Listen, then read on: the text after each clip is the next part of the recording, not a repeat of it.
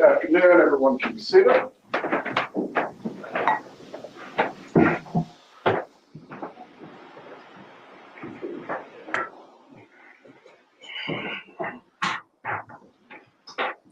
I'm almost scared to speak. Does anyone have anything to raise before we continue forward? Yes, Judge.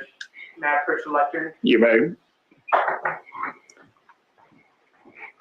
So, Judge, with the surprise issues of the last couple of days, I have asked for my prior client's waiver again, and with the change of circumstances, he has decided not to give it. So let me be clear, I have a waiver in the past.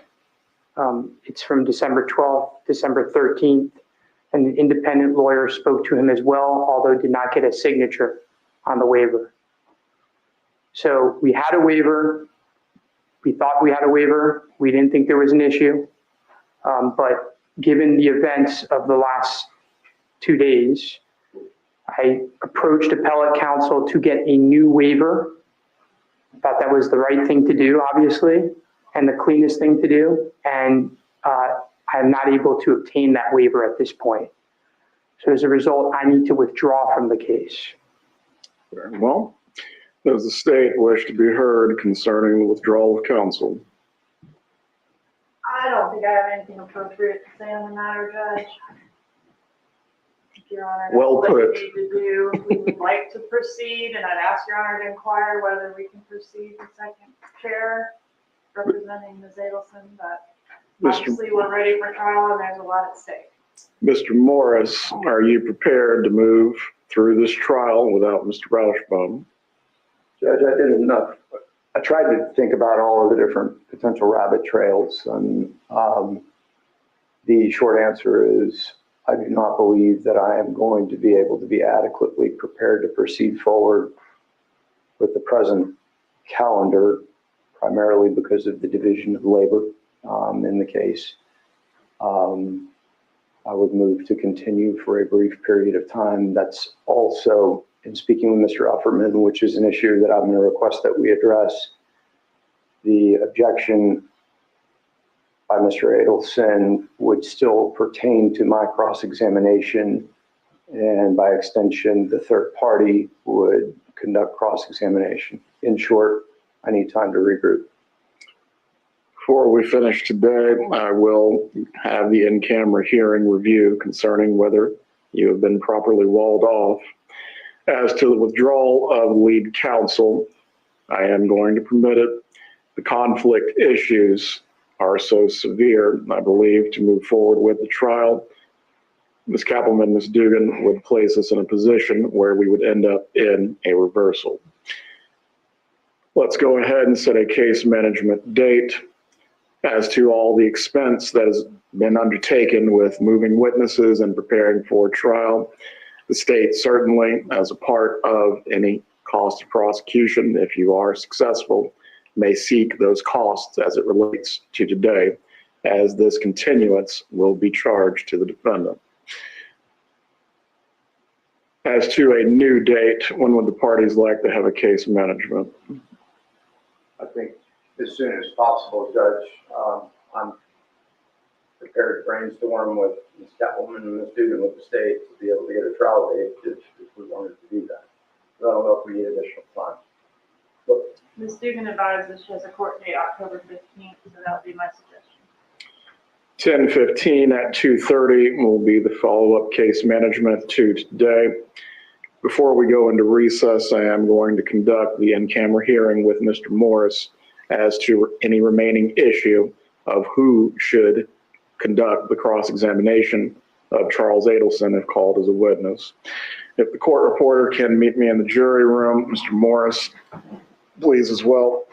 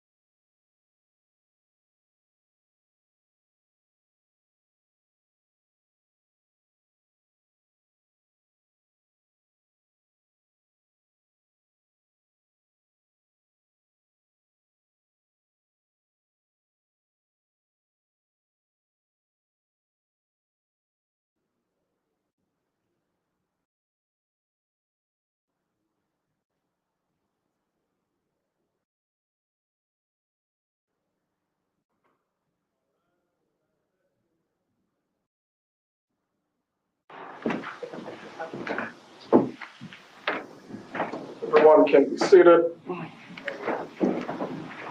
The court has concluded its in-camera hearing with formal counsel and remaining counsel, Mr. Morris.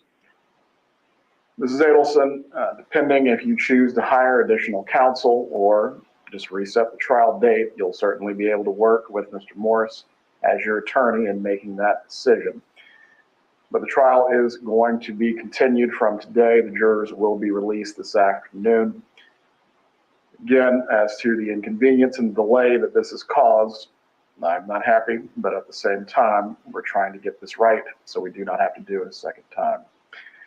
I will speak with the parties again when we have the next case management hearing. We are in recess.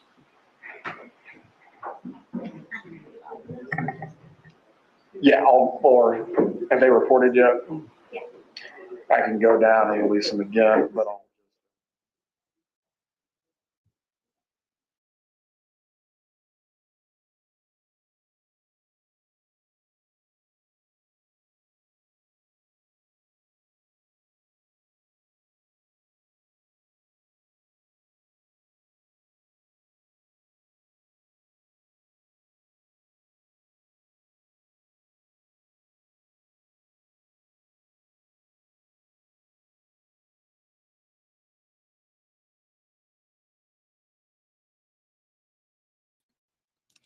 Hi, everyone. It's the COE here. Wow. So a lot to update you guys on. Obviously, you guys have been watching here with us all day. It's been a very unusual day. This is obviously not what anyone was expecting or anticipating, as we were going into this trial. But after yesterday's motion was filed, obviously everything has changed. Now, we do have some best guests that are on the way. Joel and Tim Jansen are there in the courtroom. So we are expecting them to walk out of the courtroom, set up, and hop on here. So please stick with us for our best guess analysis. We also have Professor Joe Patuto, who you guys have been hearing from. She's another best guest. She's a professor, and she's been following this case. She is also going to be hopping on. I believe she's still driving, but as soon as she pulls over, we'll have her give us her take as well. But you guys just saw that, obviously, not what any of us were expecting. And aside from any of us who were just watching, I'm sure it's a very difficult time for the Markells. We have this up here, remembering Dan Markel. This is really the reason why we're here. This is the reason why all of us are talking about this, because Dan Markel was murdered. His life was taken from him. He never gets to be with his two young boys, and his two young boys never get their father. Obviously, we are thinking of the Markells and all of the extended family and friends who are hurting and who are really trying to, assess what this means for them. This is obviously very difficult for everyone. So we just want to thank all of you guys. And again, we are waiting for Joel and for Tim Jansen to hop on here and to break it all down for us, and to also talk to us a little bit about what they may have seen in the courtroom. So just stand by, and I'm going to try to get them up here on this live. Just give me 1 minute. Thanks so much.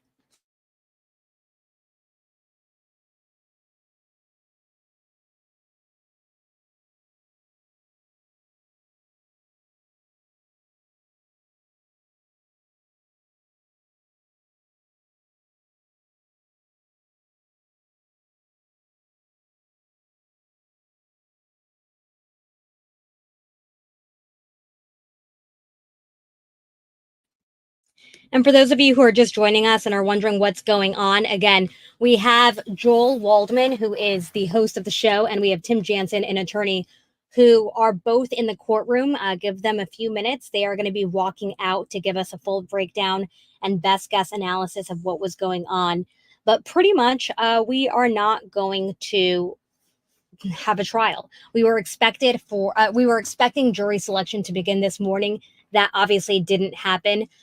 A motion was filed yesterday that caused a hearing this morning. Then we had another hearing after the break, and then the hearing was picked up again this afternoon. And after the judge and attorneys worked through everything, it turns out that Dan is no longer going to be representing Donna Adelson, and the trial will have to be pushed back. So this is obviously a difficult situation for everyone involved.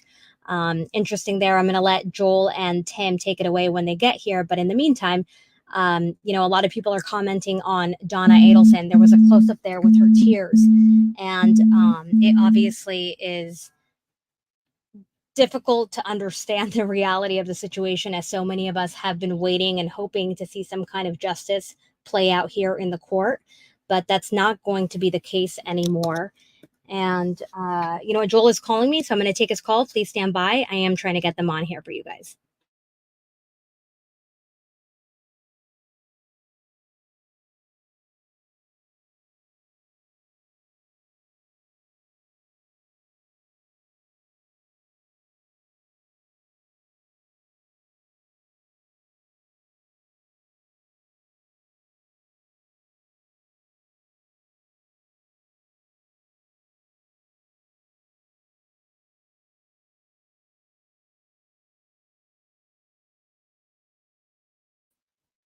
All right, everyone. I just got off the phone with Joel. Joel and Tim are walking out right now.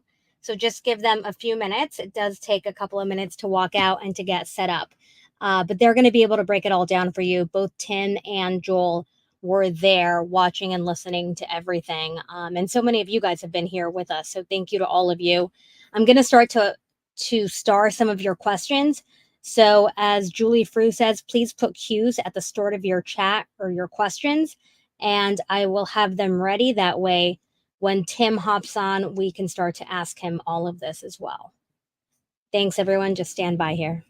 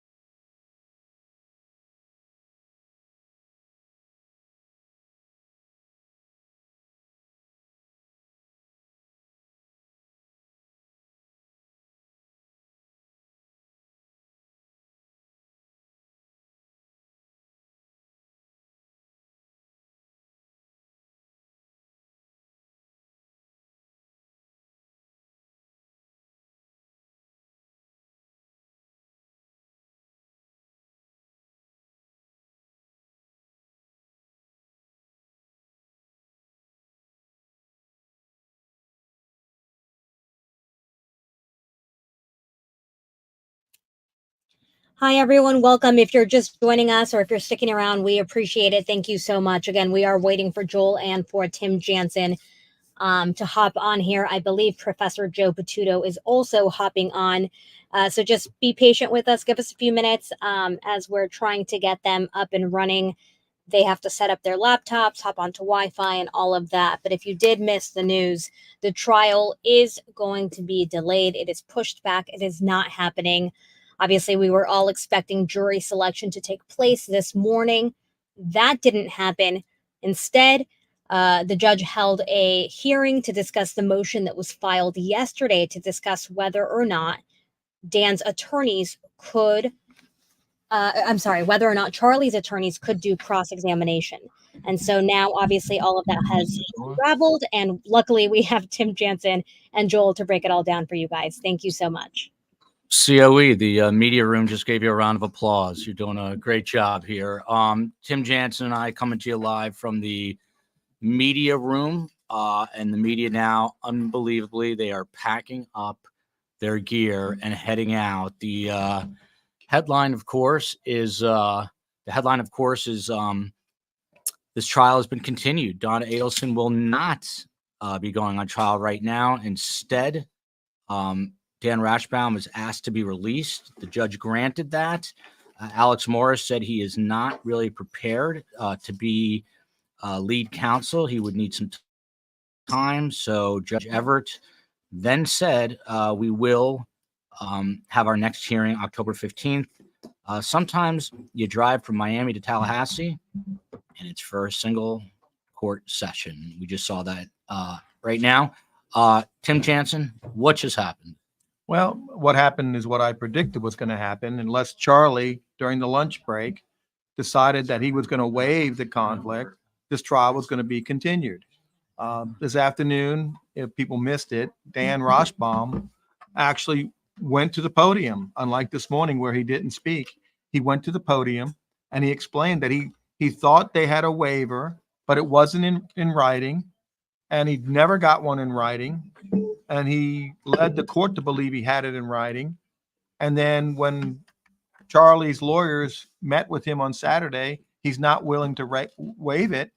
So Daniel realizes he has a conflict that cannot be overcome, and he had to withdraw. And my understanding from my sources that Donna did not know about him withdrawing until Dan stood to the podium, or when he told her, and she was seen visibly crying in the courtroom after the court granted the motion to withdraw.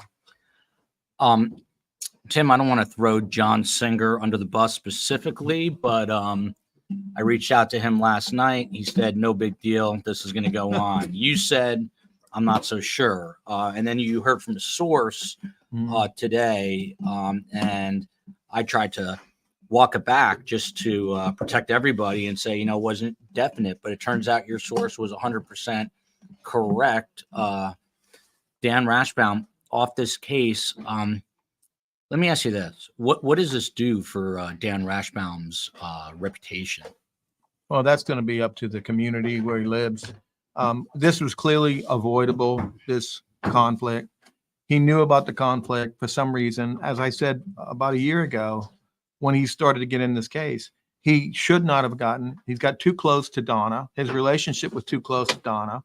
And he represented Charlie. And there was a possibility Charlie was going to be a witness. So he always had this conflict. And he knew he had the conflict because in December, he apparently called and tried to get the waiver. He didn't get it in writing. And the client always has the right to change that waiver.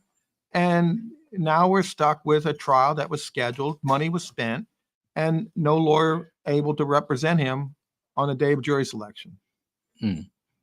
By the way, I got Tim an incredibly expensive bottle of wine, and it's for one night, but it's worth it. We'll drink it tonight. Yeah, Tim Jansen deserves it. Got him another funny gift. We'll post that on Instagram at Surviving the Survivor. Podcast STS is the Twitter handle. This, on a serious note, is it is a news cliche to say bombshell, but this is a bombshell. Jaws in the courtroom were dropped to the floor. I thought Judge Everett handled this really well. Just a quick observation. Georgia didn't look too pleased. I mean, she wasn't like angry, but you could tell she was definitely disappointed. Sarah Dugan seemed to be a little more cheerful, but just a very, how would you describe the vibe in there? It was solemn. It's like a football game and you're getting ready to kick the field goal and you hit the goalpost and you lose and no one knows what to do. They look around and it was predictable, and the law is clear on this point. Charlie has his rights to privilege information. That's the sacrosanct protection. Attorney-client privilege is number one, and Dan knew that, but Dan didn't follow the rules and procedures to get it done, and now the trial is delayed. We're gonna go here for a little while, so please, I'm gonna scroll down to the bottom. Triple Q's in caps for questions. Shout out to Jeff Burlew of the Tallahassee Democrat. No, he's sitting right next to me. There he is. He has been following the case. He's been with the Democrat for over 2 decades. So little camera shy, but said he's never seen anything like this. I'm going to get him on.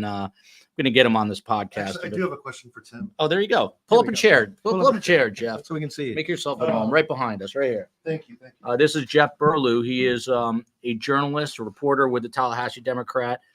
He's never done TV. You don't do this, right? It's I sometimes. have, but I Podcast. shy away from it. There you go. Tim was able to charm him in here. What's your question for Tim? Well, I just wanted to know, this wasn't a surprise based on the filings of Monday, but how shocking is it, that aside, that we ended up in this spot today? Unfortunately, it Have you wasn't. ever seen this happen? Yes, not in a high profile case like this, but when there's a clear conflict like this, the courts have no choice. I mean, the judge wanted to try to find a remedy. He bought time, hoping the parties could resolve it, hoping maybe Charlie would change his mind. He didn't. Charlie's lawyer, Mike Ufferman, was in court today, and Dan talked to him, and he's not changing his mind. So it's a predictable result. It's not one that we wanted, but it should have been avoided. It could have been avoided in December. It's really, I mean, Jeff, you've been here, you've been covering trials for close to 25 years. Do you recall a moment comparable to this? I don't. In all fairness, though, I haven't covered a great many trials. I'm more of a political writer. But no, I've never seen anything like this before. What's crazier, the political world or the world of true crime and running courts? neck and neck. Neck and neck. Joe Patuto is joining us. Joe Patuto, I don't know what else to say or ask, but what is your reaction? The trial now delayed. Well, I guess it was predictable given at least from yesterday on. Of course, I'm disappointed. I was ready for this trial. I know the prosecution was ready. I'm sure that Dan Markel's family was ready. The witnesses were ready. The judge was ready. The jurors, the panels were ready to go. Everything was ready to go. And then this hits. But I also think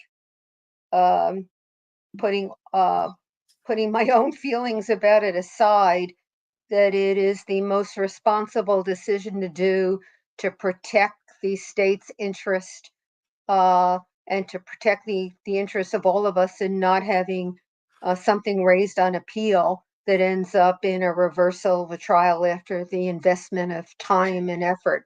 I just wonder now whether there'll be a new defense strategy and the extent to which this sort of upends all the work, in addition to being repetitive when the trial finally goes, whether it upends some of the work that the state has put in with regard to the theory that it looked like this case was going to depend on. As to Daniel Rashbaum, it's hard to express what I feel. I think the end result for him is this is a hit. Whatever else happens in terms of, sanctions or anything else, it's certainly a hit to his professional reputation. And I guess I would say well-deserved given the choices that were made that got us here. So Tim, just adding to that, I gotta run. okay, Jeff, Thank you great for seeing having you. me on, sir. Yeah, thank you. We'll do it a longer next time. Thanks, Phil. Thank Yeah. You want me to do an article? So, I mean, Joe, Tim, just adding on to what Joe just said, what does this do to Dan Rashbaum now? When people seek out defense counsel, are they going to avoid him? Does this really hurt his career? I don't know about that, but it's clear it's going to be on the.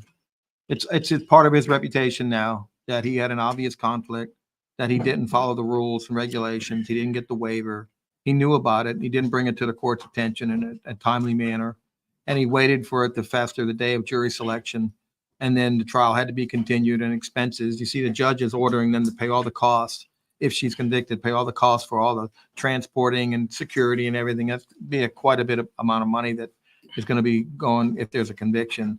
It doesn't help his reputation. Does he pay that, or does she have to pay No, that? she'll have to pay it. Now, the court could fine him if the court finds that he was a part of the reason, and we'll see. He did an in-camera interview with the parties, with Alex and with Dan, to determine whether or not the wall was up and whether Alex can proceed. I didn't see him or hear him make an official ruling that Alex is clear to move forward. I think they're going to still have to get Charlie's acquiescence or a waiver from Charlie that they don't object for Alex to proceed as to counsel.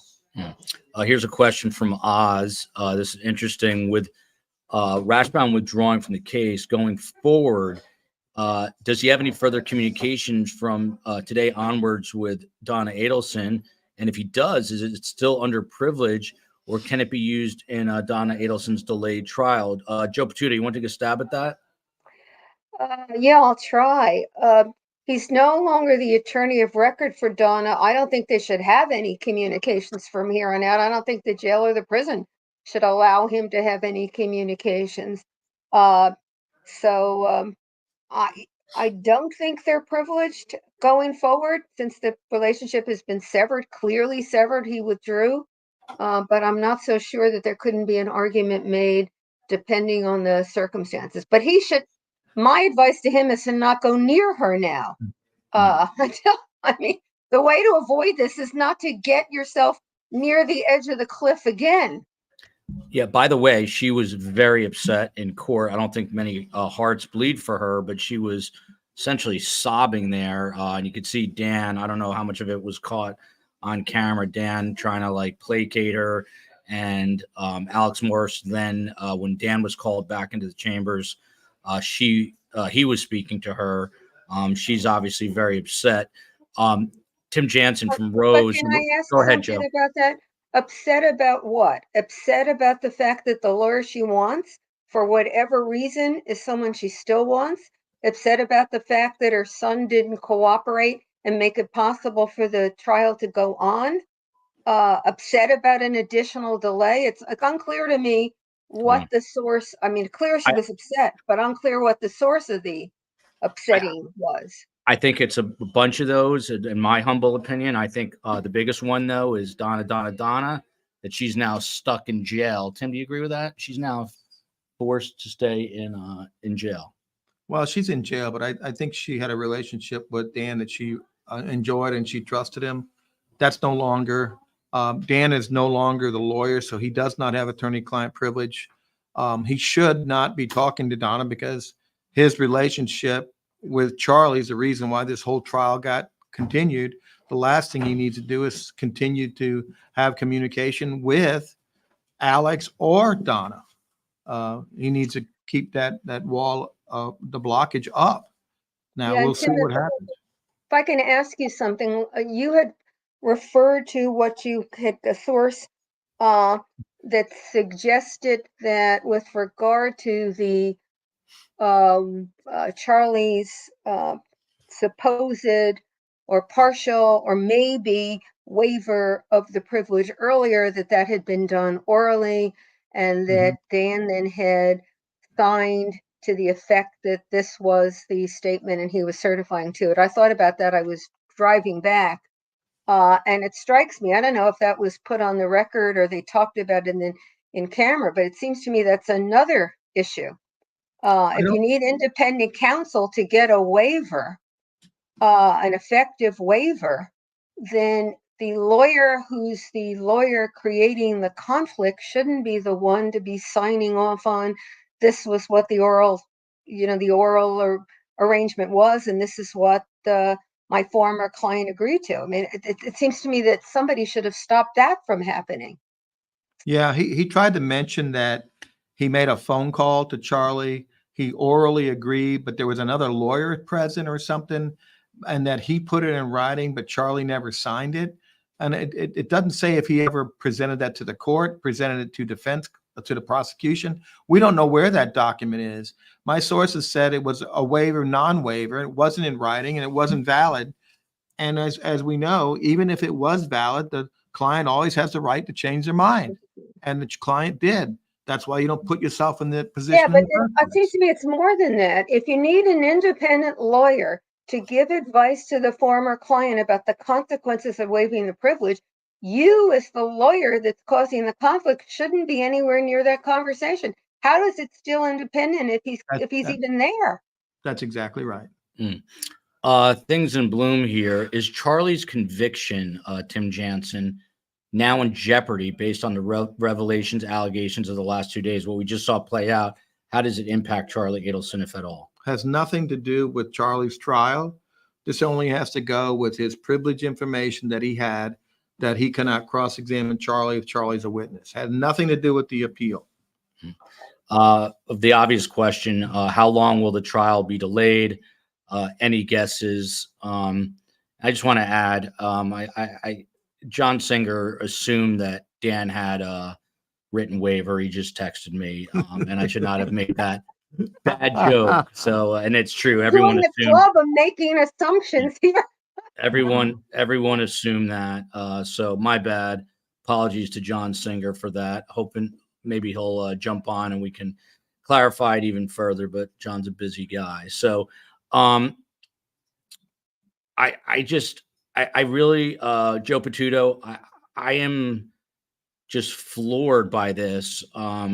Don't know what to make of it. I mean, we've been going around and around, but like at the end of the day here, who does this really, is it one person that this really falls on? Is there one person to point the finger at, or is it a combination of factors? Well, I'd say it's in part a combination of factors, but the finger points to Daniel Rashbaum. He's the one who had at least the potential conflict and should have exercised better judgment here. And every lawyer who talked about that said that. And you would think that as a lawyer, even if your instincts went one way, if every lawyer who came near it said it was a bad idea, that it would cause you to rethink whether it was the correct thing to do going forward. I was wondering the same thing as Chicago Marie, Tim Jansen. Was Charlie's refusal to waive, is that some sort of shot at his mother, Donna? No. What happened is he got separate appellate lawyer that has read the transcript and believes that he got ineffective representation in his trial, telling him that if we lose this appeal, you might get a new trial because your lawyer was ineffective. I would recommend you do not waive, you do not testify in this trial. It will only hurt your chances. And then Dan says, or Charlie says, no, I agree with you. From Raven here, bringing up another good point. Obviously on that, one of the calls Donna made, she basically says that Dan Rashbaum instructed her on how to get out and away and flee to Vietnam. So the question is, can they call him now in the trial regarding the call Dan said that we would probably get out? In other words, can Rashbaum be a witness moving forward, Tim? He can, because he's not a lawyer in the case. I don't know who would call him. Maybe Donna would call him as a witness. Wouldn't that be something if now Dan becomes a witness in the case for the defense and testifies? Look at this. What do you think here, Tim? Do you think Charlie is amused with all this, sort of a payback to Tallahassee here? If you saw his booking photo, he had a smirk on his face, basically saying, I'm back. If Dan is a civil attorney, how is he allowed to try a murder trial? I mean, Joe, I don't know the history of, he was a prosecutor for many years. I think he handles a lot of white collar crimes, but was this a case of being, I guess, underwater a bit in terms of his knowledge of how to handle a murder case properly? Yeah, I think possibly. I mean, white collar crimes, they're different kinds of trials. Now, the basic rules are the same. The basic, ways you operate are the same. But I do think murder trials, or the criminal trials that are not white collar are different. But he was certainly, with regard to his credentials and practice, able to try the case, and he certainly had a client who wanted him to try the case. I cannot explain this in any way that I find satisfactory to me, and I think in this case I have seen, in my opinion, two really horrendous examples of lawyering. The first were the two lawyers who represented Katie and seemed to be unable to get her to understand what the consequences are. So they ended up with a client who could have walked free and is now in in prison forever without possibility of parole. And this one, a lawyer who can see this conflict looming, goes forward in the face of everyone he hears saying this is not a good idea, doesn't alert the judge as soon as it becomes clear that there's going to be a problem, and then does things that I think are indicative of not even knowing, not even at the end recognizing where the line was. So I can't, I mean, I'm sure there are others, and if I sat here and think about them, I could think of them, but I certainly can't think of two in the same, general. Now there were different trials, but the same cast of characters and the same essential victim, and it's just terrible. I mean, there's nothing about this that is good. Nobody walks away with ahead, with the possible exception of Charlie. And I think for Charlie, it's really that he feels he's just, been able to stick a third finger at everybody and feel that he's gotten his own a little, because I don't see how this helps him either. It's just a, lose, lose, lose across the board. It's really terrible. And sadly, the biggest losers are the Markells, Yes. Ruth, Bill, Shelley. They were set to arrive tomorrow. I mean, Tim, you deal with defendants. You've dealt with people on both sides of this. How difficult you think it is for Ruth has texted saying she's disappointed. How difficult you think it is for the family? Well, at least they didn't fly here and get here and they're here and then they got to leave. They didn't make it here. It's a little helpful. I'm sure there was some solace that Donna was crying that she didn't have Dan. I'm sure Ruth and the family let her know how they felt after their son and brother were killed. So it's a tragedy in all ways. And it just seems every day there's another legal maneuver problem for justice for Dan. But it's slow, and hopefully even it's slow, it will get there one day. The question that I'm wondering as well, how does Dan not have to pay back all the money he was paid? I mean, he was probably, I'm sure, paid up front for this, right, Tim? What happens to all that money? And it's a lot. That might be a conversation that Donna is going to have with, or Harvey will have with Dan, and maybe Dan will give some money back to help pay for the cost to hire another lawyer. But that's all up to them, depending on what their fee structure was. Our hearts are with the Markells. The trial brings up the disturbing details, the upsetting reality, and endless emotions, but it was a step closer to justice for Dan. So the trial will eventually happen. Speaking of that, Tim, what's a realistic start date? I think I heard you telling Jeff that this is not going to happen now till 2025. Is that safe to say? I think that's probably right. They're not even having the case management till October 15th. You're not going to try it in December near Christmas. So and that lawyer is going to need 60 days, 90 days at least. So I would say it's going to be after the first of the year, maybe February, March. And do you think Alex Morris stays on? You know him well. I don't know. It'll be interesting because he had a limited role. As they say, they kept him out. So it's very limited what he was going to do, although he was going to do the opening and jury selection. So we'll see how much he can read the transcript of Charlie's trial and probably get pretty up to speed quickly. Here's a question. How likely is it that Judge Everett will be able to stay on this for the next trial? Because wasn't he assigned to the civil bench at this point? No, he's on the criminal bench still, so he should be fine. They did the rotation, and Everett is still the criminal bench, so he'll still keep the case. From Tara Ellis, how much of Donna's tears were due to her emotion about Charlie not signing the waiver and helping her out? The question is here, and I guess this is a better way of asking it from Mossberg Mom. What is Charlie's end game for doing this? I mean, Tim, is this just a case of he's got to save his own, you know what? Right. Well, he's not talking to Donna anymore because she's in custody and he's in custody. They don't let inmates call each other, and they both are represented by counsel. So they probably have any communication since Donna was arrested. Their only communication is probably going from Harvey because Wendy's not talking to anybody. So there's very little communication.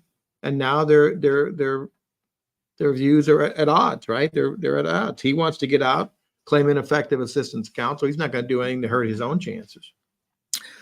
This is the question everyone is now wondering. Tim Jansen, can they now arrest Wendy and potentially try her and Donna at the same time? Is that a possibility? Well, here's the problem with that, right? They want to call Wendy to the stand to get into text messages. They can't call Wendy to the stand if she's a defendant. You can't force her to testify. So if they were co-defendants, they would not be able to call Wendy to the stand, and they'd lose a witness. This comment rings true. You know who's loving this? It's Wendy, and I think Charlie's loving this too. Charlie just got a free road trip. I guess he was flown here from South Dakota, but how soon will they send him back, Tim? Pretty soon, as soon as they can work out travel with security. Wow. More questions about the arrest. I mean, Joe Patuto, just more from a macro perspective. Do you say here, D-Rash is giving Call Saul vibes. Joe, there was such momentum here. It felt like the state was moving forward. People were happy that justice was finally being meted out, and now it's like everything hit a brick wall. I know that's the emotion.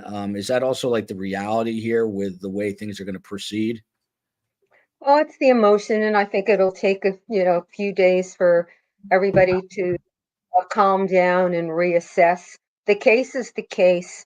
The biggest roadblock that I can see is if there are a new set of lawyers and there's going to be a new defense.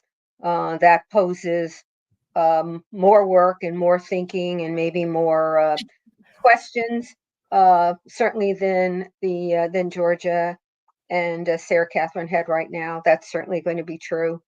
But things happen. And what do they say? You put on your big girl pants and you go forward. And I think they'll certainly be capable of doing that. From Genzo33, did Dan ask to be released to save face before the judge demanded he step down? What do you think, Tim? Was it a preemptive move? I think he realized how serious it was, and if he fought it, it would be worse.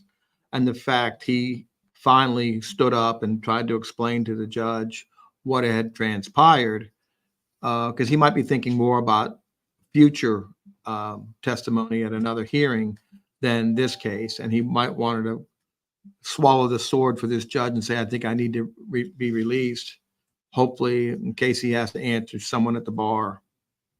This is kind of a redundant question, but to Joe Patuto, does this help Charlie's appeal? Tim said it has nothing to do with it, but the fact that there's this ineffective counsel argument to be made, is that, I mean, I assume that's obviously what Michael Offerman is going to try to attempt to make an argument about, right? Yeah, this doesn't affect Charlie's appeal because this is Donna's case, and the issue was whether they could use, or they would be able to use Charlie and cross-examine him at this trial. So as Tim said, doesn't affect that. I don't know what it is that the appellate lawyer thinks demonstrated ineffective assistance of counsel in Charlie's prosecution, and I suppose it is possible that he can use some of what transpired here to build a case that Daniel Rashbaum didn't provide effective assistance to counsel in Charlie's case.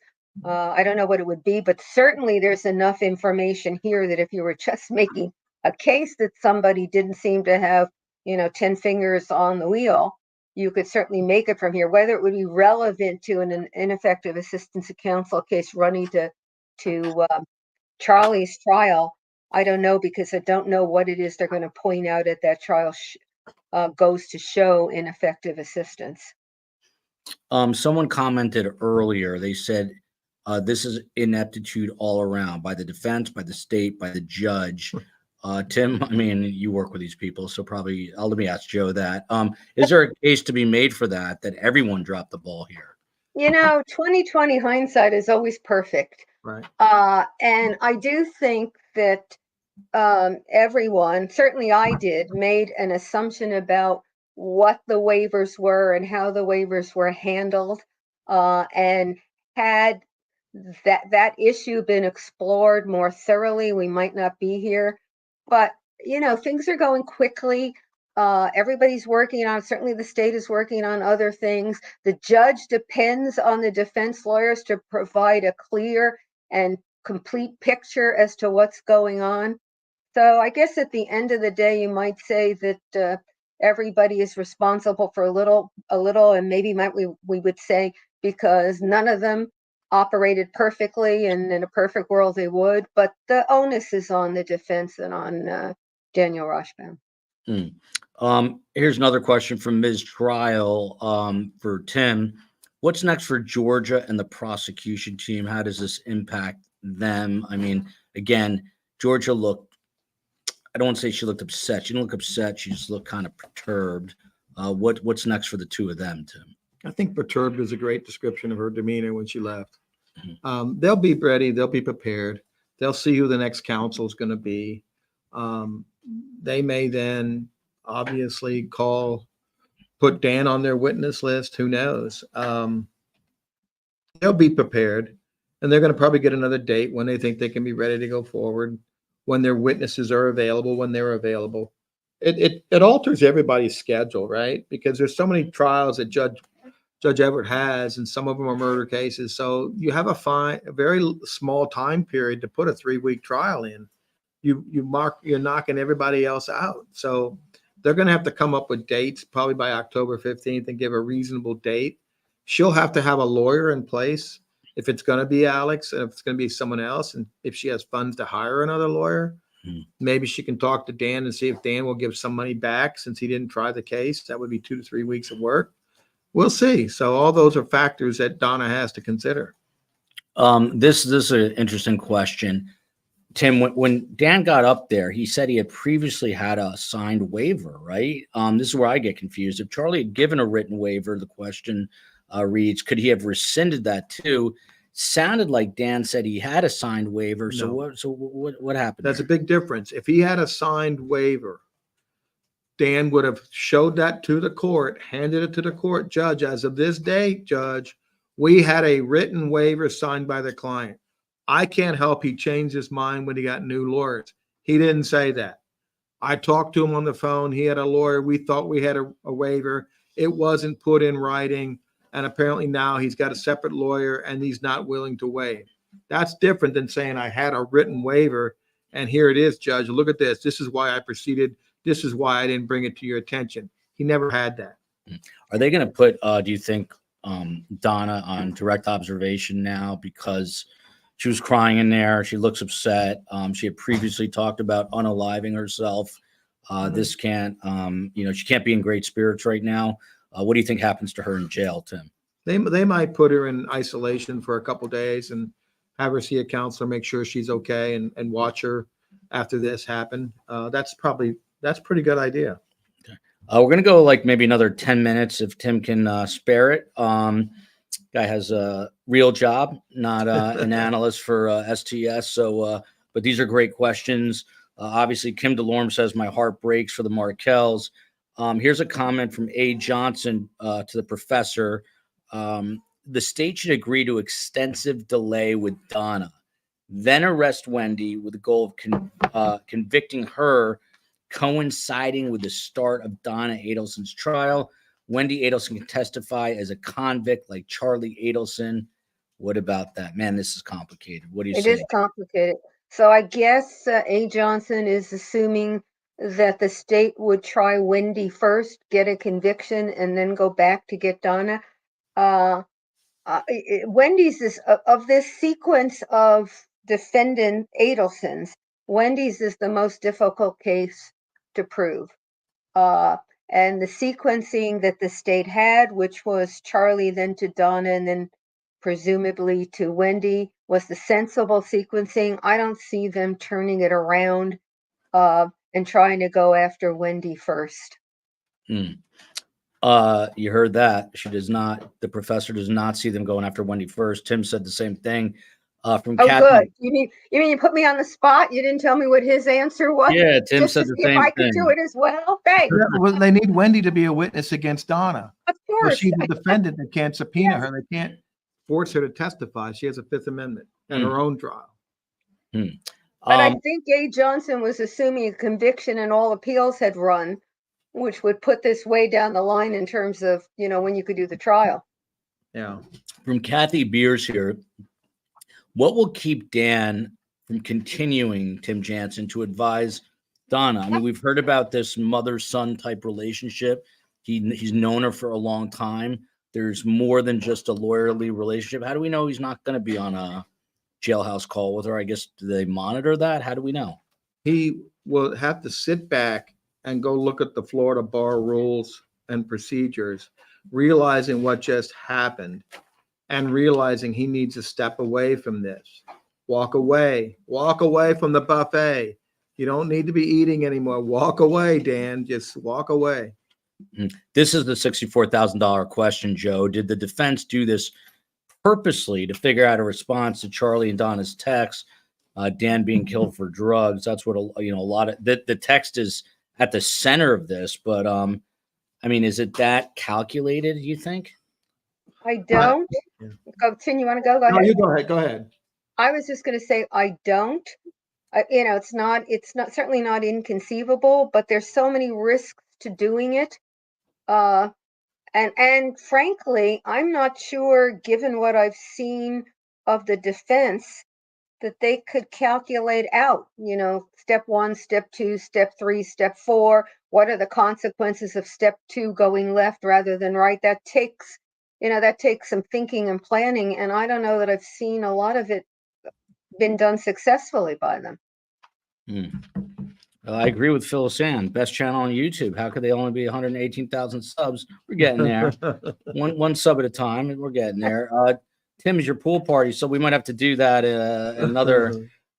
My kids are in the winter. Yeah, my kids cannot believe that I was leaving the house for more than an hour and a half, so they'll be happy to know. I'm excited to see them. My dog's same way. I got to tell you, the drive from Miami to Tallahassee is not a fun drive, and vice versa. It's a long straight road that never seems to end. Will Donna stick with Morris? This come up before. The answer right now, Tim thinks, is we don't know. It's going to take some time for these things to shake out. The next court date, of course, is October 15th. Do you think that the email? Let's see here. The email also is at the center of this. Tim, how long do you think this is delayed for? We know now, again, October 15th. Tim does not think this is going to happen until March or so. That's what he's saying. It's going to be a spring trial, so I'll be back up here. Thanks, Samantha Marlman. She's not used to me looking sharp. It might be the shorter haircut. Appreciate that. Tim Jansen, what the hell did we just witness over the last 2 days? Can you explain this to me? I really don't. I still am trying to figure this out. Well, if you were in law school, you had just taken your first exam in ethics, and somebody failed that test. This was clearly unavoidable, and it should have been brought to the court's attention. And I think the court assumed that if this was a problem, it was going to bring it to them. I think Georgia relied on what Dan told him, that he had a waiver. And now we know there wasn't really a waiver, because if it's oral, it's not really real, right? It's like I have a contract, but it's not really signed, so it's not really a contract. It happens. It's same like we had a plea deal. Well, it's not a plea deal until a judge takes the plea, right? You don't have anything till it's done in writing and accepted. This waiver was never done properly, wasn't executed, and the court was misinformed, and now the trial's delayed and justice is delayed. This is a good question. What is the remedy in Florida statute? I don't think Joe's going to know this because she doesn't know specific state statutes, but for this scenario, Tim, in other words, is there a risk of criminal charges being discharged and Donna being released if her right to a speedy trial is impeded? So now she has to go back to jail. I mean, that's the bottom line. Great question. Simple answer. The judge held the defense continuance because of the defense. Right. It was their own doing. So the continuance is because of the defense's negligence. not because of the state not giving her a fair trial. And what about this, Joe, on a more broad scale? Are there going to be defense lawyers now that want to work for Donna after this negative publicity? Do you want to, typically a defense attorney wants to stay on for the high profile nature. In this case, are people going to stay away, do you think? I don't think so. In the first place, the negative publicity is running to everything happened before. So a new defense lawyer coming on is picking up a case that's had bad publicity, but has nothing to do with him or her. So I am sure that there are plenty of defense lawyers who would be interested and willing to take on this case. I'll talk to you in a little bit. Okay, I'll come find you. I'll be at the office. Okay. Tim Jansen has to bounce out of here. Take a couple more questions with the professor, and then we will wrap it up. 2020 calling for Tim Jansen. He goes where the big bucks are. Julie Frew. Do you have any sense at all, Joe, from a monetary standpoint, how much this could cost Donna? I mean, we're talking tens of thousands, hundreds of thousands. No, I mean, I don't know enough about what costs in Florida are. It's going to cost her a pretty penalty. It's going to be more, I think, than tens of thousands, because you've got all the transport and all those expenses out there. But I couldn't guess it. Tim would be, I think, the person who would be able to give a reasonable guess as to that. Yeah, here's an interesting question, and I think I know the answer. But if Dan and Donna obviously been on jailhouse calls, because I know he speaks to her daily, multiple times. Does the whole attorney-client privilege remain intact for those calls now that he's no longer her defense attorney? Or could I mean, sure, the relationship is the relationship, and you can't undo history. But any phone call he has from her tomorrow would not be covered by the privilege. Wow. Even this afternoon, correct? If he was to call Even her? this afternoon, that's right. He's out, and he shouldn't do it. I mean, I cannot imagine that, given, as I said, getting as close to the cliff and then falling over it in terms of attorney-client privilege, that he would now have any conversations with her, at least that were not participated in by others. It just seems to me to be a very rash decision for Rashbaum. Good use of the word rash. Sugar Deb here, or Surge Deb, I can't read right now. Was Rashbaum pressuring Charlie, do you think? Was he misled by Charlie, or did Charlie just change his mind? Or did they not give Charlie sufficient information from which to make an intelligent decision about the waiver? I mean, there's a fourth option there. Here's what I think, given from what we know. Rashbaum really wanted to defend Donna. And when you really want to do something, sometimes what happens is your ability to give an objective, full articulation to someone else. You may think you're doing it, but you're going to be affected by what you really want. And so I can't tell you whether Charlie sandbagged them. It sounds like, from what the appellate lawyer said, that it was Charlie not being fully cognizant of what he was giving up if he agreed to the waiver, assuming that that oral conversation they had was a clear and effective articulation of a waiver that he would have made in writing. Believe it or not, I'm trying to organize a show for tomorrow. I'll probably be driving back to Miami, but for Thursday, once this all shakes out. So just reaching out to a couple people. This is a great point too from Judy Silva. I can't overstate enough, like the feeling in here. We're in the media room, obviously, but it was just like watching a balloon deflate before your eyes. I mean, just a total feeling of just loss and confusion, and I guess just being so anticlimactic with everyone, especially the Markells, anticipating this trial to get underway. We talked to you right before this ruling, Joe, and you said, my feeling is I hope this happens, but hope does not spring eternal this time around. That is for sure. Judy Silva, though, in 2 years, not saying that in 2 years, but between now and the spring, a lot can change. Different judge, prosecutor. I mean, the whole dynamic of this case could potentially change, could it not? Sure, but the fact that things can change doesn't mean they're likely to. You heard Tim say that Judge Everett is on the criminal bench and will pursue this, sit on the trial when it happens. I don't expect either Georgia or Sarah Catherine to walk away from it. They're fully intending to do it. Now things can happen, people, people die, the courtroom could blow up. I mean, there are all kinds of things that can happen, but I think the likelihood is it will be the same judge, it will be the same prosecutors. The witnesses will still be there. Certainly the physical evidence, the emails, all of that will still be there. And what may change is the defense strategy, the defense theory. So there may be different motions about what evidence can be kept in or not going into the new trial. But yeah, it's deflating and rightfully so.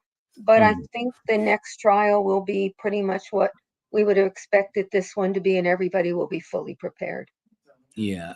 People are saying Tim is great, as is Joe Patuto. Tim had a source really close to this, so that's why he was as confident as he was that what would transpire did, meaning that this trial is now delayed. From Deb C, thought the appellate lawyer, Joe Patuto, said a Morris cross, meaning Alex Morris, the co-counsel, would not be acceptable. So what would happen if he doesn't feel like he's going to, but if he decides to stay on here, what happens to that issue of the cross still? Well, if he decides to stay on, then there's an issue there. They're going to have to resolve the issue, which sounds as though it may be that Morris will not be the other lawyer, which will inevitably probably delay the trial a little more than it would be, because then there will be no lawyer fully familiar with the circumstances of the case. But Morris's conflict or the issue with Morris doesn't run to privileged information that he got from Charlie. So it's a different concern. Doesn't mean it's a non-existent concern, but it's different. By the way, that is over my left shoulder, typing away. That is Steve Cohen, working hard. Say hello, Steve. Hi. Steve is always working. Steve, we're going to need a show for Thursday night. I think we'll get John Singer and company if he's willing to come on. I think that'd be great. Yeah. Hi, everyone. Steve Cohen, I'm glad you're here. What was your reaction to being in there? Pull up a chair, Steve. Yeah, thank you. Thanks for having me. Yeah. I think it's really surreal. It just felt really odd and anticlimactic, and just like your bubble burst, and it was very surprising, even if you kind of anticipated that this could have been a possibility with those filings yesterday. And you were talking on, and Ileana were speaking with people like Joe and Tim, and we were speaking to a bunch of other people getting their opinions. And even at lunch today, we said, oh, this might be 50-50 that this could get postponed. I didn't think it would happen. I thought it was kind of like the too big to fail aspect of it, but it was definitely one of those moments that you'll remember. There were very few people in the courtroom, because I don't think people expected anything consequential to happen this early. There might have been 15, 20 people there. So you're kind of looking around saying, do you believe this is what's happening? And then I was trying to decipher from, Georgia's face or Sarah Dugan's face or Dan Rashbaum or Alex Morris. And, I was kind of hoping that Alex Morris said, yeah, I could do this. Let's go, and he didn't. And so.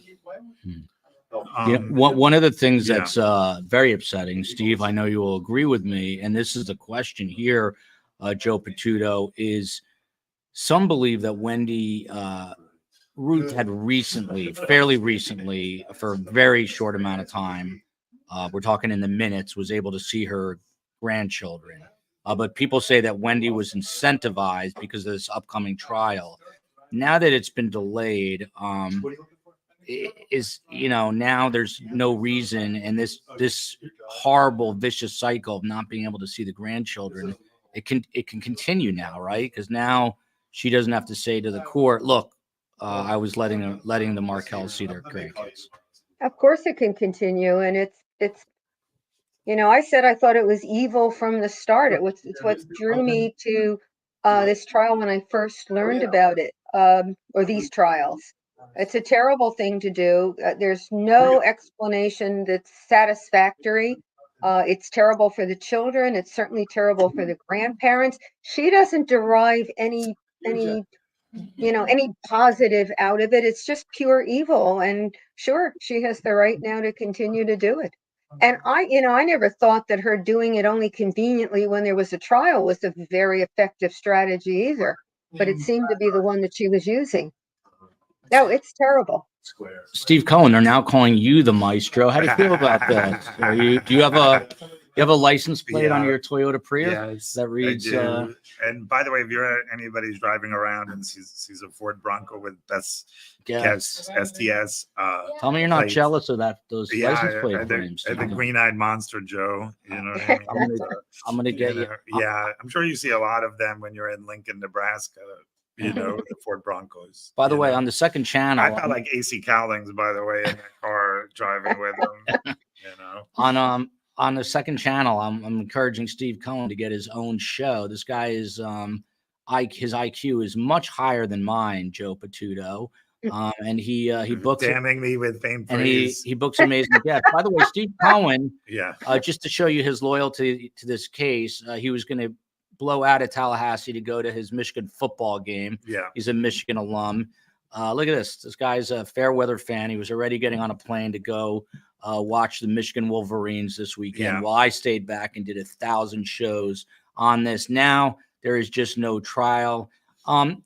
Joe could still go with Jared and Tim to the USC game. I mean, I have a Nebraska game. They're 3-0, not 0-3. Yeah, exactly. Maybe we should come. Where is the university? Which town in Nebraska? Not Lincoln. It's the state capital, Lincoln. After our 16th president. Yep.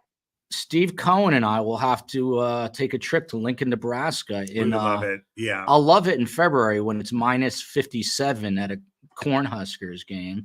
Well, you're just a fair weather person. You like hot weather. What can I say? Joe Patuto, how do you handle the winters in Lincoln? I know you're in Jersey now, much more temperate. Lincoln Nebraska gets a sort of an unreasonable rep for weather. It's not all that different from New Jersey weather. Sometimes it's colder, but it doesn't get as much snow. So, on balance, it's not that different. It's hotter. In fact, the summers are worse than summers in the New York metropolitan area. By the way, Steve Cohen, Vonda K, doctor to me and you. If he wants you to book Dan Rashbaum for Thursday night, make it happen. I mean, I think there's a lot of people we're obviously going to pursue. Obviously, if you don't ask, the answer is always no, and you have to do it. And, but I think getting back to this case, I just think it's awful. I feel really, really horrible for them, and I guess, I guess when you do deal, you know this a lot more than I do, Joe. I'm just curious, like, how do you console people or reconcile people when they get this kind of news? And it seems particularly cruel because it's like at the 11th hour and they were all ready to go. I think some of the Markells might even have been in transit and all this huge cost. And and I think it could have been avoided. Joe Patuto, before you answer that, look at this from JJ Dawn regarding STS singles. Is Steve single? Oh, thank you. If this is a inquiry, you can send emails to Surviving the Survivor at how handsome this guy is. Yeah, thank you, Joel. He's got the Middle Eastern complected, handsome man. Thank you. Joe. Thanks, Yes. Joe Patuto, I have no idea what Cohen just asked you. But I asked you, like, how do you know, but how do How to you console? Yeah, right. Usually you can point to a silver lining in it, that whatever the decision, however deflating, there's something positive that will be derived that will help. I don't know that I can think of one here. I guess the best thing you can say is this decision however difficult, was the best of the bad choices right now, because it insulates the trial from any appealable issue with regard to all of this later. And better to have that, better to go forward in 5 or 6 months with a trial that doesn't have this looming problem that will be, available on appeal and might result in a reversal, than to go forward now because everybody is ready to go and wants to go. I think that's the best I'd be able to do. I mean, they've lived through a lot. Losing their son is the worst thing that could have happened. No interaction with the grandchildren is probably number 2, and this is really bad, but it really doesn't compare to losing your child. I mean, yeah, it's By the just way, terrible. I want to give a big shout. I'm not going to say her last name, but to Lisa. She was hosting Steve and I. Super nice gesture, and her husband. And hopefully we'll take you up on it in March or whenever Tim Jansen said this trial will take place. But a few more quick questions here. As Louis Baptiste said, Joe Pacciuto, anything that's not a straight conviction is a win for him, I guess, meaning Dan and or Charlie. Donna, is that true? Anything other than is this a victory for the defense in an odd way? I don't think so. I mean, it's a delay of the trial. I suppose you could argue it might be a victory if she was out free. She's in jail. So, to say it's a victory, there isn't a conviction yet, but she's in jail. I mean, I don't know that you're advanced in terms of your situation while you're waiting for the trial to happen. So I don't know that I Look at these agree. questions coming in. Steve in Miami. Hi, Julia. Steve is blushing from KCL. KCL, by the Thank way, you. just today, Thank you, Steve so. Cohen said that KCL needs to come on as a best guest. He was just saying that I was today, singing your praises. KCL. This isn't And reciprocal. yes, and so that'll have to happen. Go ahead, Steve. But no, I was asking legitimate questions to our community. I mean, I'm not sure what outcomes they wanted. Do you know what I'm saying? Like Tim used the analogy of like, okay, you're ready to have surgery, you're all ready, and then the day before you don't have it. You know what I'm saying? So I don't know. And then some people were looking at Charlie's mugshot saying, hey, did he have an inkling that, he had that Cheshire eating grin over there? So I don't know what they would have, like you said, like they're still in jail. It's not fun whether she's twerking or not, Donna, it's so yeah. If you take them one by one, it can't be a better situation for Dan Rashbaum. He's off the case. His reputation has been affected negatively. He may be subject to sanctions, depending on what his agreement is with Donna. He may owe her money back. So I don't see that it can be a better situation for him than actually going to trial, even if it turned out to be a conviction at the end of the trial, if he had done a reputable job at trial. For Charlie, it's only a victory in the sense that he feels he's put one on, the prosecution in Tallahassee. But it isn't a victory if he looks how his mother feels about it. And if you believe her in her tears, she's not happy about it. So it's not a victory for her that she's sitting in jail for another few months before a trial and now has to hire a lawyer who isn't the lawyer she wants. Who else do we have on this list on that side? So I don't see that any of them are getting a bit. What? Wendy, our friend Wendy. Wendy, it may be a victory for, because it's delaying a potential prosecution for her. And witnesses are getting older, memories are not as good. Some, witnesses may not be there by the time of her trial.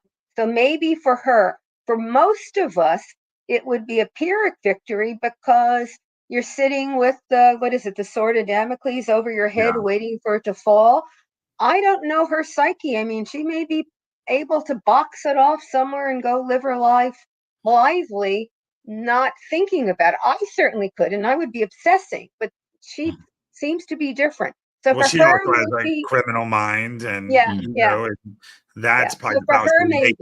is we try and think about how we would think, but we never Right. would do any of these sinister things. But So, possibly for her. But if you're thinking about, did the defense team try to manipulate this. It would be ridiculous for them to manipulate something that gives them no success to help someone who's testifying against their client at trial. So it seems to me that's a non-starter as to whether they would be doing it. I just think it was a miscalculation. I think it's possible that the defense thought that they could set this up so that the state would agree not to call Charlie, and they thought that would help them. I mean, that's that's not implausible. But if that's what they wanted, that's what I said before. They certainly didn't see it through to what step 2 and step 3 would be if the state said, "Hey, we may call him," and what the consequences would be to their side if that happened. So, Joe, nobody. someone, Excuse I'm me. sorry, I didn't mean to interrupt, but someone No, asked a question earlier. What do you think? And I know you didn't know him personally, but obviously a legal scholar, Dan Markel was. He did not believe in retributive justice. I don't know how to pronounce it. What do you think he'd say about what just transpired here in the courtroom? It's hard to speak for someone even if you know them. Yeah. My guess is that he would say that as a lawyer, as a law professor looking at this, that the important thing is to get a trial free of what looks like clear appealable issues, not simply because you don't want to have to be dealing with them, but because that's not in the interests of justice. It's not in the interests of the state, and it's also not in the interest of the client, of the defendant. I mean, it's one thing to say, gee, you got a conviction, you can go on appeal, and because of this issue, you may get a new trial. But that's not a great place for a defendant to be either. To have gone through a trial, you're going to sit in prison for however long it takes to the appeals to be run.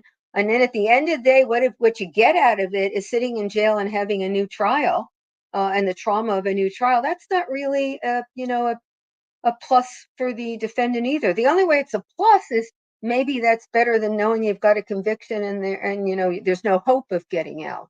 But we're really talking about victories at not a level that I would like to translate the word or define the word victory. I want to define it as something really positive that we like and embrace. And here, the most you can say about these victories are they're worse than a loss, but nothing else.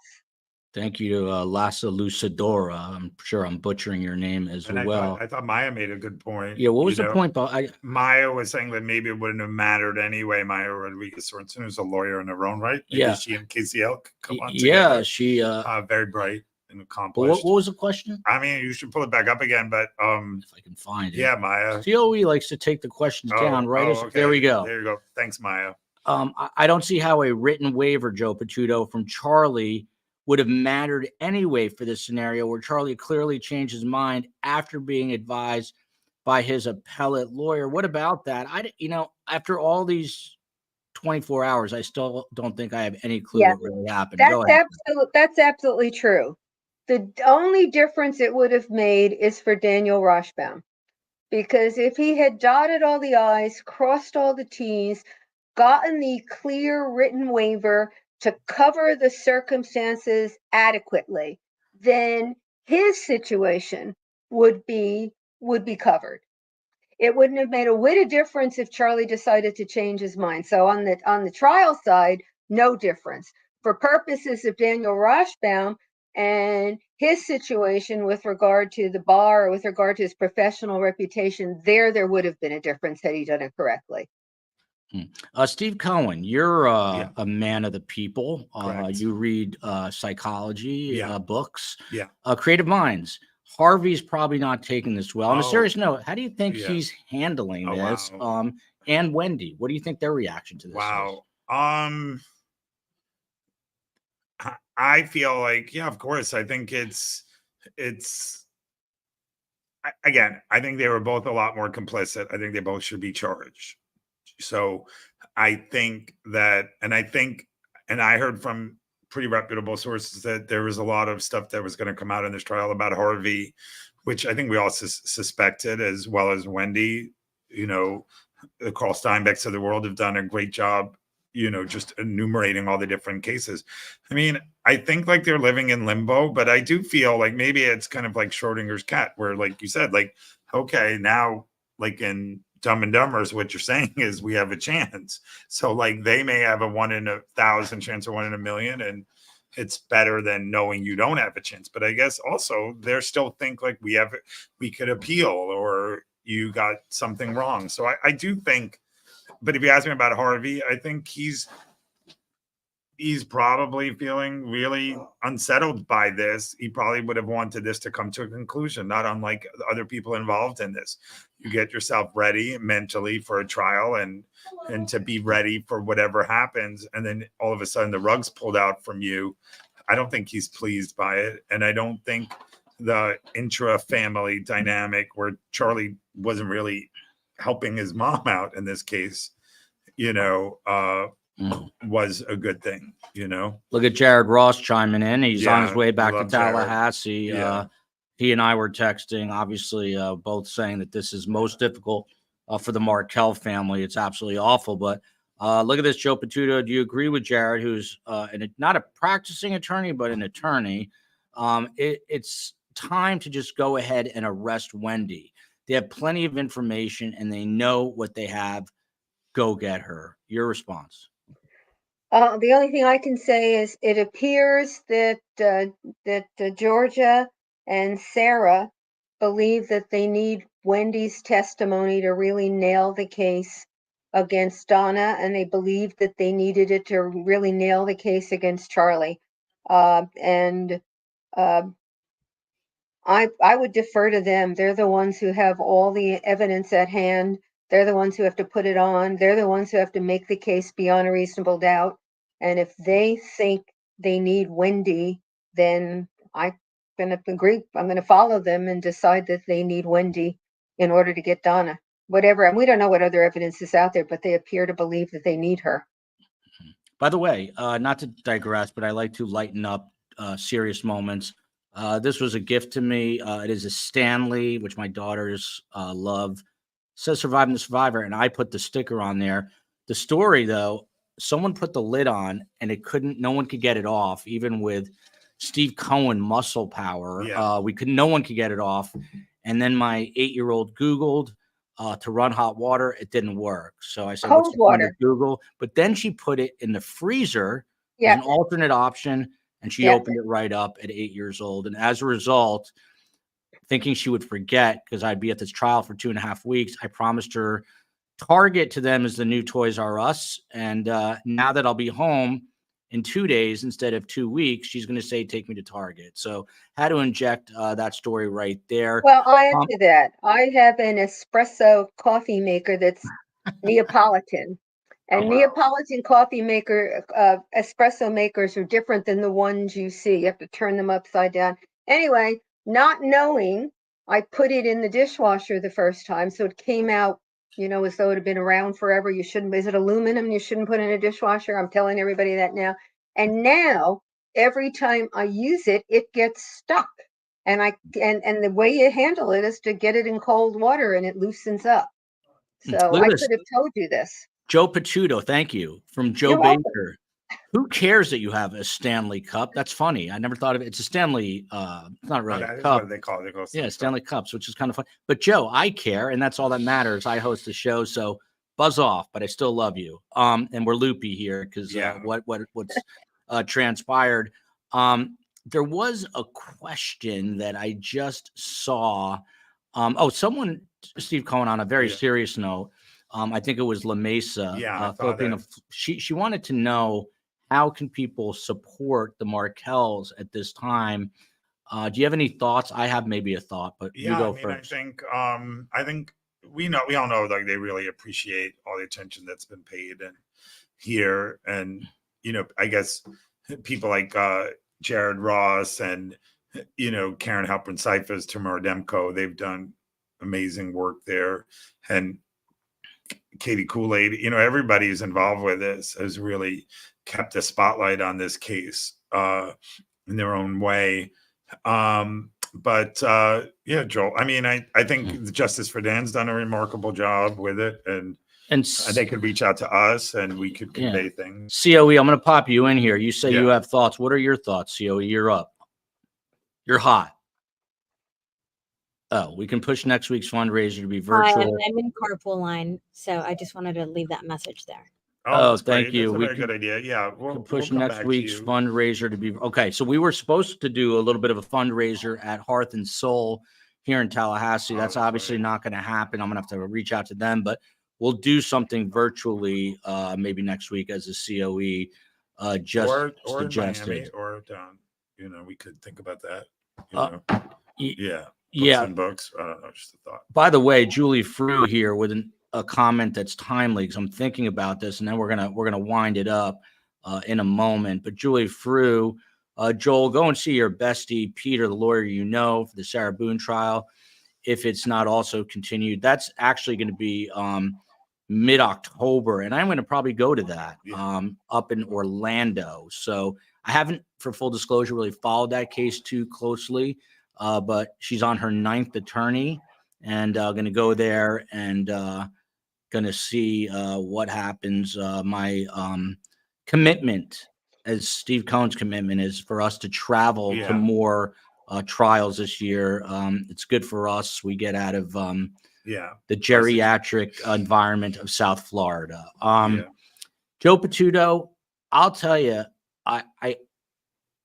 I'm not the brightest bulb, and I sort of wanted to process this, and I have a pretty good idea, but I still don't understand all the nuances of what just happened. Would you fail me in law school for this? No, because I wouldn't test you right now. You get incomplete then. No, I would wait to test until we did a better job of teaching the foundation here. I mean, a lot of it is not known yet, and until you have all those facts in, it's pretty hard to make a complete judgment. I mean, a lot of it I think is clear. It's just odd. Yeah. Either way, A, B, or C are in the top three. Mossberg mom, this just goes to show you the real issues associated with trials like this. The pain never goes away. My husband was murdered 33 years ago, and it still feels like yesterday. That is heartbreaking. Sorry that you went through that, and you're still going through that. And I tell law students this all the time. Trials, lawsuits, going to lawyers doesn't repair the injury. It can come close. It can give you some solace, but it can't bring back somebody who's been murdered. It can't restore money to you that's been stolen, is gone. There's no way that the legal system can restore you to status quo ante. It's impossible. The best we can do is the best we can do, which is to make sure that those who transgress, are punished for it. But that certainly doesn't erase the original injury. It can't. It's just a really it's an incredulous feeling here. I would say people just don't understand what just happened, but sometimes in life, not everything is meant to be perfectly understood. Steve Cohen, just your final thoughts here. We drove up yesterday, you and I. By the way, shout out to Busy Bee, probably the greatest rest stop I've ever stopped at. We have a special gift for Tim Jansen from there. I'm going to present them in a moment. But Steve Cohen, your final thoughts here. I think it was very anticlimactic. We were looking to settle in, and we were getting ready for the nuts and bolts of it. We were anticipating it going in even to Rosh Hashanah, October 2nd or 3rd, and what would happen there. We were getting ready to look at testimony and really plan out what we were doing. We were looking forward to servicing this community. And I always think a lot of times about people talking about their crime, there's so many different ripple effects, and not just in all these people, like, some of our listeners who've endured tragedy, but, their family members, and look at all these witnesses who are affected and people who are reaching out to us, the Merkels and the kids involved. And it's a really, really horrible situation. And I think we're all interested in true crime for a variety of reasons. We may have suffered our own, tragedies. We may want to look to people for strength and guidance, and how do you deal with these kind of for lack of a better word, vicissitudes of life and there, the ups and downs of it. So I guess they're going to roll up their sleeves. They'll take the hit and they'll be ready to fight. And, for whenever it is, hopefully sooner than later. Yeah. I'm just thinking out loud, and then we'll get Joe Patuto's final thoughts. But Steve Cohen and I will probably leave tomorrow pretty early. And I think we'll try to do a show to just shake this all out tomorrow night and then Thursday night, just to put a bow on it. And then Friday, Phil and Scott don't know this, but I'll be back with them. I told them we were going to be on a 2-week break. So the week will progress, I think, as normal as possible, despite all this. There was a question, Joe Patuto. You said you wouldn't fail me. Would Dan Rashbaum get a failing grade for what we just saw? Well, I started out the other night with a C-, so I think, yes, I would say a failing grade. How many Fs would you hand out, Professor Patuto? Depends on how many students deserve them. Oh, that's harsh. And by the way, Joe Patuto was going to only be on for a little while tonight because she's got a theater date. And it's interesting the way life works. Are you able to share which show, Joe? Sense and Sensibility, Jane Austen. In the city? No, it's at the Regional Shakespeare Theater here in New Jersey. Oh, very. I did see something in the city. It was The Notebook, which I recommend to anybody who can get to see it. Extremely well done. I don't want to come across, I don't know, angry or crass or misogynistic, but I was forced to read Jane Austen at Brandeis, and not a fan. It's not my genre, but you should go back and read it again now that you have a little more maturity and probably judgment. My mother says that I'm less mature now. She says I'm in arrested development. I guess that might be true. Joe Patuto, I could talk to you for 1,000 years. You've made the show so much better since you have arrived here, and we're going to have you on moving forward. Sarah Boone, everything else, moving forward as much as you'll work with us. Just your final thoughts on everything that just happened over these last 36 hours. I guess I would end with when everything goes right, and let's stick to trials, it's not exclusive to trials. You don't see all the things that went into making it go right. And it's pretty easy to underestimate or not even think about it. And when things go wrong, you get the chance to see, how many pieces have to work perfectly. And this one is a really wonderful example of why I hear lawyers and non-lawyers both complain about why are we worried about this little rule? It doesn't matter. Let's just go forward. Rules have a reason. And we don't see them when they're enforced, and we think they're just a pain and an obstruction when things go right. But we see what their reasons, why they exist when they're not followed, and then things fall apart. And this case, I think, is a perfect illustration of why we should be paying attention to rules. We shouldn't run so close to the edge, even if we can, because there's no room, and what you have is, a disaster like this one is. So that's what I think I would end with. I know I'm in overtime here, but I feel like it's apropos because we're in Tallahassee, and the famous football coach Bobby Bowden said, the former Florida State football coach, he said the big games are the ones you lose. Right. And it makes me realize, it's the same kind of thing. Like, you're right, we don't appreciate all the things that go right. Look at this. The as they would say in Espanol, the Don Jansen has reappeared. Where'd you go, Tim? You just ditched us? Well, CBS wanted to do an interview, so I did an interview. It's getting ready to rain, so I'm back at my office. All right. We can do the show. Come do the show here tonight still.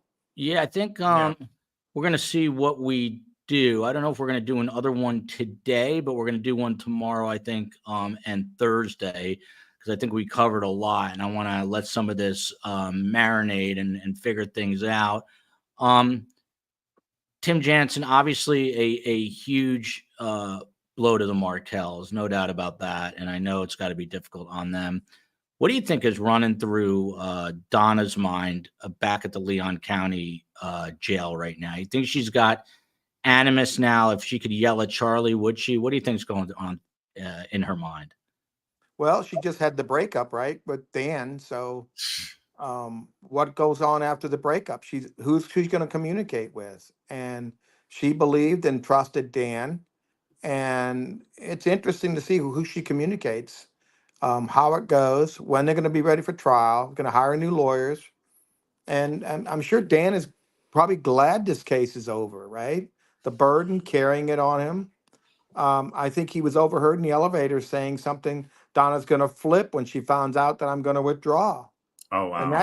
And that was after lunch. A person came up to me and said, I was in the elevator when he said, she's going to flip out. So she didn't even know he was withdrawing this afternoon. Yeah.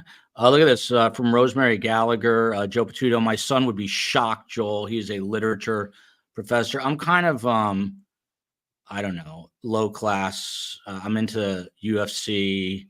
Philistine. Yeah, I'm not a guy that should be gauged on. Although I do, I like literature, but Book was very good. yeah. Look at this, by the way, from Nettie Daniel. I thought she was talking about Jane Austen, but she actually reached out to me. It was one of the most heartwarming things that I have seen. Her mother has dementia. She has a hard time reading and focusing. I think she's 93 years old. That's amazing. She bought her my book, and the mother was reading it and loving the fact that my mother was screaming and cursing at me. So there you go. It brought a tear to my eye that a 93-year-old woman was sort of laughing at the relationship I have with my mother. Tim Jansen, Joe Patuto gave us her final thoughts. I mean, this has been the most surreal, bizarre turn of events. For those who are just tuning in, the Donna Adelson trial now delayed possibly to the spring or later. How do you sum this up? I was leaving the courthouse and I walked by the court TV truck and I took a picture with it. I'm like, boy, they wasted their time coming down here.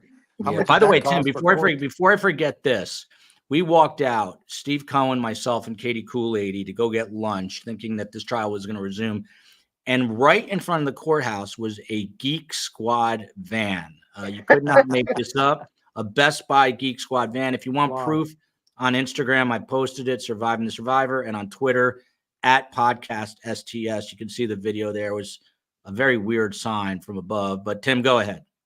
Yeah, it's just surprising that everybody anticipated this trial, a culmination, and we have nothing because of the lawyer failed to do the job properly, failed to adhere to the ethics that require you to get a conflict waiver, didn't get the waiver, and now we have justice delayed. Is what they say, justice delayed is justice denied. Yeah. Can I ask you something? Because as you say, the breakup, we were watching in the courtroom at that emotional moment between Dan and Donna. I mean, I think a few things. Like when Dan said on STS that Donna reminded of him of his mom, I was kind of like, who's your mom? Joan Crawford? Like, I thought it was odd, but they have an interesting dynamic. And it makes me wonder with you, like you've made the very good point. Like you don't want to be too emotional. You wouldn't represent your mom. You want to tell people what they need to hear, not what they want to hear. But I feel like my personality, like I'm a diamond, I'm forever. Like I'd be there for people even afterwards. And have you stayed in contact with people, even if you're not still on their payroll? What do you anticipate Dan and Donna, but when you represent people, you get to know their family. You don't represent them, you represent their family. And so you take it personally because you know how it's going to affect the rest of the family, especially if it goes badly. It really didn't go badly today. And that's why I called it a breakup, because it wasn't the conviction. It was just a breakup. They're breaking up their relationship. And that was an unusual reaction between a breakup. That's like when you break up with a loved one, a girlfriend or something, and one's crying and, it's not you, it's me and all that. But that's not normal type relationship you have with an attorney. Tim Jansen, everyone keeps asking a question. How much do you think this whole debacle, including Charlie and her trials, cost the Adelsons? Do you think they're bankrupt or close I to think it. I think they spent a lot of money on lawyers, jury consultants. Yeah, I think they have spent a lot of money. I would guess they spent about $2 million. That's a lot of money. It sure is. That's post taxes. That's a lot of money. Yeah, that's a lot. From Detective Mochen to Tim, and then we're wrapping, I promise. Why didn't the judge confirm all this prior to today? It seems like Law 101. It does seem now, and as Joe Patuto said, 2020 hindsight is always perfectly clear. But is this also something that Judge Everett might kind of beat himself up for when he gets home tonight? I'm sure he did. Mhm. I'm sure that he feels badly that he didn't inquire more thoroughly about the conflict and ask if it was in writing and ask to see this in writing or request Charlie's lawyer to make sure that that is true. I'm sure he feels bad about that, but you rely on the lawyers. They're officers of the court. They're supposed to bring these matters to your attention. And if Dan didn't, then Georgia should have. Um, Tim Jansen, your reaction to this? Stop it. This was a well-organized stunt. Everyone but the Adelsons were surprised. Do you agree? Because Donna looked shook up. She was shocked, and I would say she's not that good an actress. She was shell shocked. You could see her crying. I don't believe it was contrived. Yeah. What about this, Tim Jansen, Anna Allen? Can Dan now, I guess, as a non-attorney, could he visit Donna in jail? I don't think they accept visitors in Tallahassee. He will have. They are accepting visitors now. He'll have to go on the regular visitation list and be cleared. He won't be able to go to an attorney booth because he's not actually an attorney for her. And his best scenario is to leave the lawyering to the lawyers on the case. He doesn't need to be doing this anymore. By the way, Steve is a wizard of quotes. If you don't go out on a limb, you do not get fruit. Yeah. Give us three others, Steve. Things work out best for those who make the best of the way things work out. Apropos here, he who has the peso has the say so. So Keep I going. like to say that some days you're drinking wine, some days you're crushing grapes, some days are the windshield, some days are the bug. I mean, keep going, Steve. Don't make somebody a priority if you're only an option. Don't pee on my leg, tell me it's raining. I mean, I don't know. I see the world in that way. Like today, for example, with Joe, I was texting her saying, "Come back, Shane." And she was saying, "By the way, do you know Shane never came back?"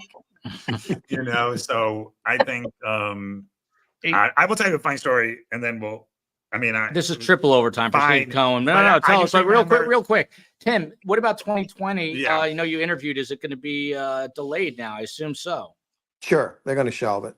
They're going to shelve it. There you go. Go ahead. I just remember when Joel knows me well, but I remember when I was at CBS, there was this guy who it was coming time for negotiations and he was saying, "Steve, listen, the most we can give you is 10%. So don't say 9.9%. And I said, "Okay, you think we're playing poker. I think we're playing blackjack. Keep hitting me." And he goes, "What do you want?" And I said, "First, I want out of the trap. Then I'll worry about the cheese." And he's like, "Who talks like this?" And I was like, "I want to switch jobs. I want to do something different. Then we can worry about what you pay me." But so thank you for shining the spotlight on me.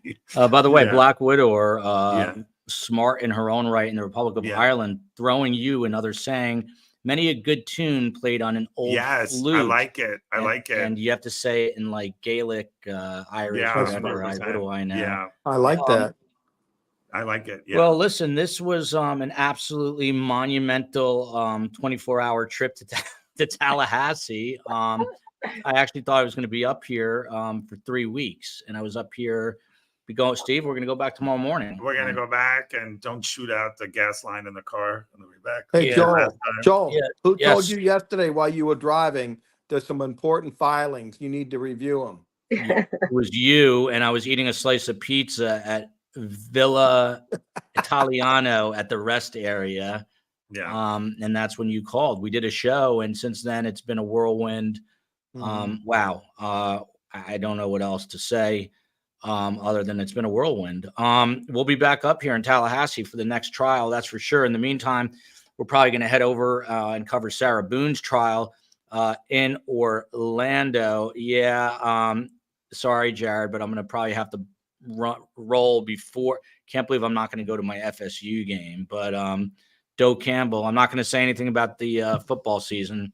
I want you to know I bought a Knowles shirt at the Busy Bee yesterday, and I slept in it last night. I'm a proud Knowles fan, Tim. But if you get me a Gators shirt, I'll be a Gators fan too. I can do it all. Steve Cohen, I'll expect a Michigan shirt. Yeah, I got That's you. for damn sure. I got you. Subtle. Yeah, so there we go. Steve Cohen needs to be a Thank you. bigger part of STS I'm on excited. air. Tim Jansen, maybe we'll head over to the office to say hello. Come by. We're gonna have dinner tonight. Yeah, I don't know what I'm doing. I don't know what I'm doing a minute from now. But Joe Patudo, enjoy your show tonight. I'll force myself to reread Jane Austen. I'll read it to my daughter. Very wise, very wise. Both the book and your decision to reread. Oh, thank you. I appreciate that. You're a true intellectual. I'm just a kid from Jersey. I don't know. Well, so am I. You can be an intellectual and be a kid from Jersey. They are not mutually exclusive. Excellent point. Well taken. Love you all. Love you, America. Love you, Tallahassee. Love you, Jersey. Love you, Tallahassee. And justice for Dan Markel. Steve and I are going to try to get a show put together for tomorrow night and a show for Thursday night on this very subject. And we will speak to you all soon. Steve and I will reach out on the drive back. Take care, everybody. Okay. Bye, Joe.